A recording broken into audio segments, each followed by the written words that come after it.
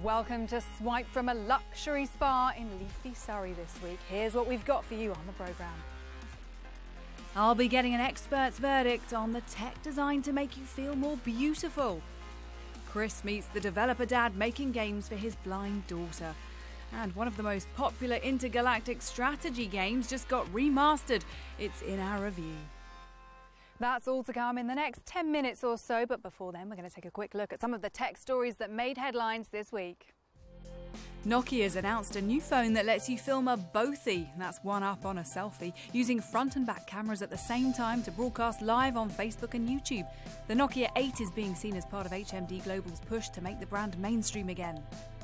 48% of teenage girls say they've been harassed or abused online. A poll from the girls' rights charity Plan International UK found that among boys the proportion was 40%. Nearly three-quarters of girls said they had taken action to avoid criticism on social media. And Amazon's delivery times are about to get even shorter. The company's launched a new service in selected parts of the US where Prime shoppers can collect items within 2 minutes of ordering. It's called Instant Pickup and covers daily essentials like snacks, drinks and phone chargers.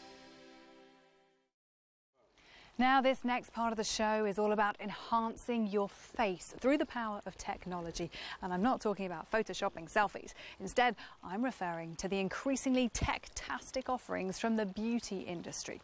The lovely people here at Pennyhill Park Spa let me bring in a top London dermatologist and some of the latest beauty gadgets for a mini testing session.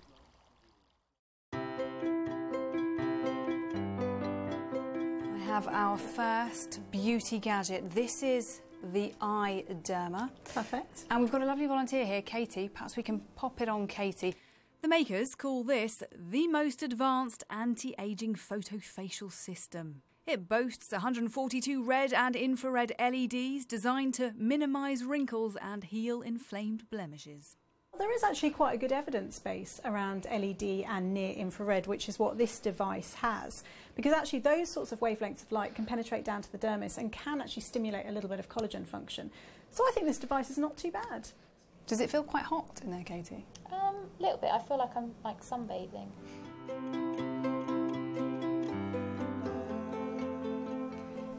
Right, device number 2. This is the Ziip. It's a nanocurrent skincare device. So I want you to go ahead and take your conductive gel treatment and apply it all over your face and your neck. Let's get in with the gel then.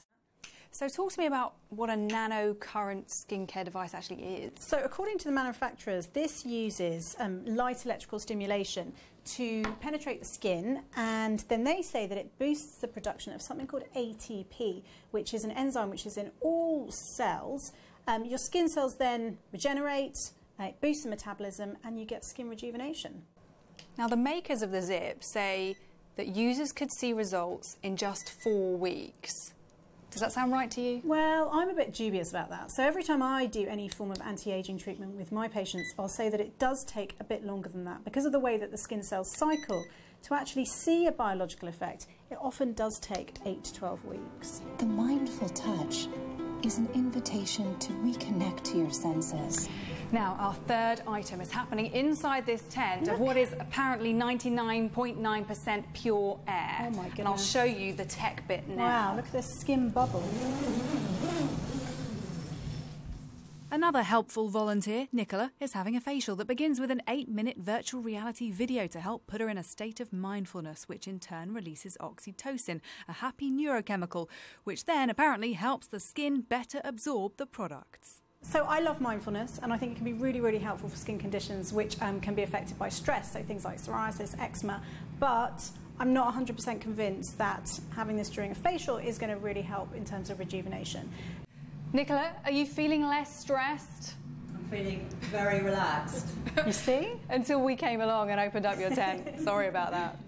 If you had to give each of our beauty tech offerings a mark out of 10, how would you do that, starting with the iDerma? So I quite like the iDerma. Lots of evidence about LED technology. I'd probably give that a 7. 7, strong 7. And what about the Ziip? So I think nanocurrent technology is coming in, but not as well established. I do find the gel a little bit messy. I'd probably go for a 5.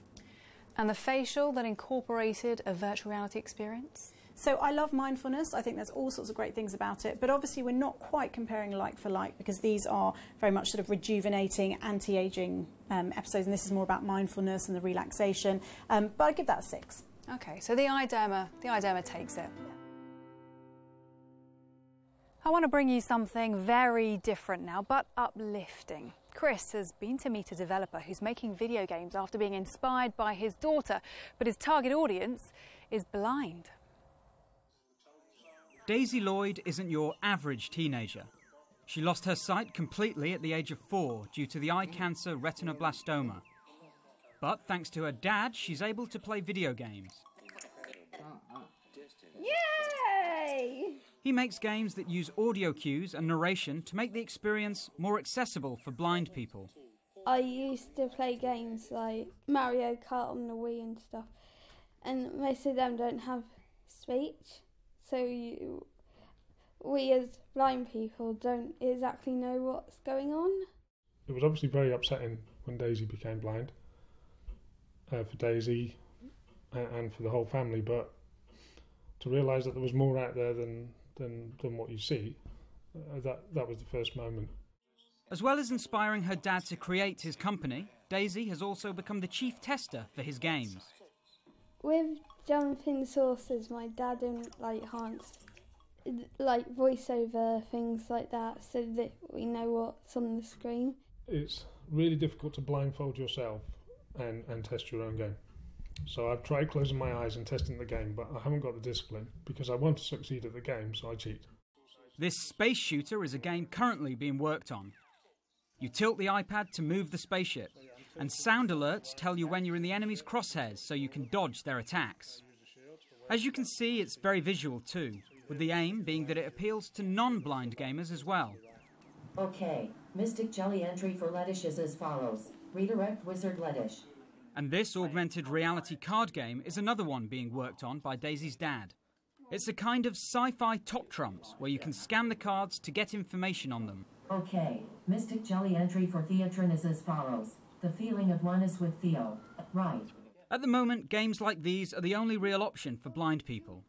I don't think the current setup of game design, AAA or otherwise, really accommodates for blind and visually impaired yet, but I think it's getting there. Game accessibility is really coming a long way in the past few years. Like I can read my Xbox now because there's a screen reader on it. So it's small, big things like that that are never around before that are really starting to kind of build up. So I think we've got a long way to go, but it's starting to be on the right track. It might be a while yet before the bigger companies start to focus on making games more accessible. But in the meantime, it's the smaller companies that are leading the way. Left, this is music mode. Chris Creegan, Sky News. I do feel a little bit guilty, enjoying all this blissful relaxation, especially when I think of our games reviewer Lucy. The poor thing spent this week fighting a war in space, all so she can tell you which of the latest releases are good enough to buy.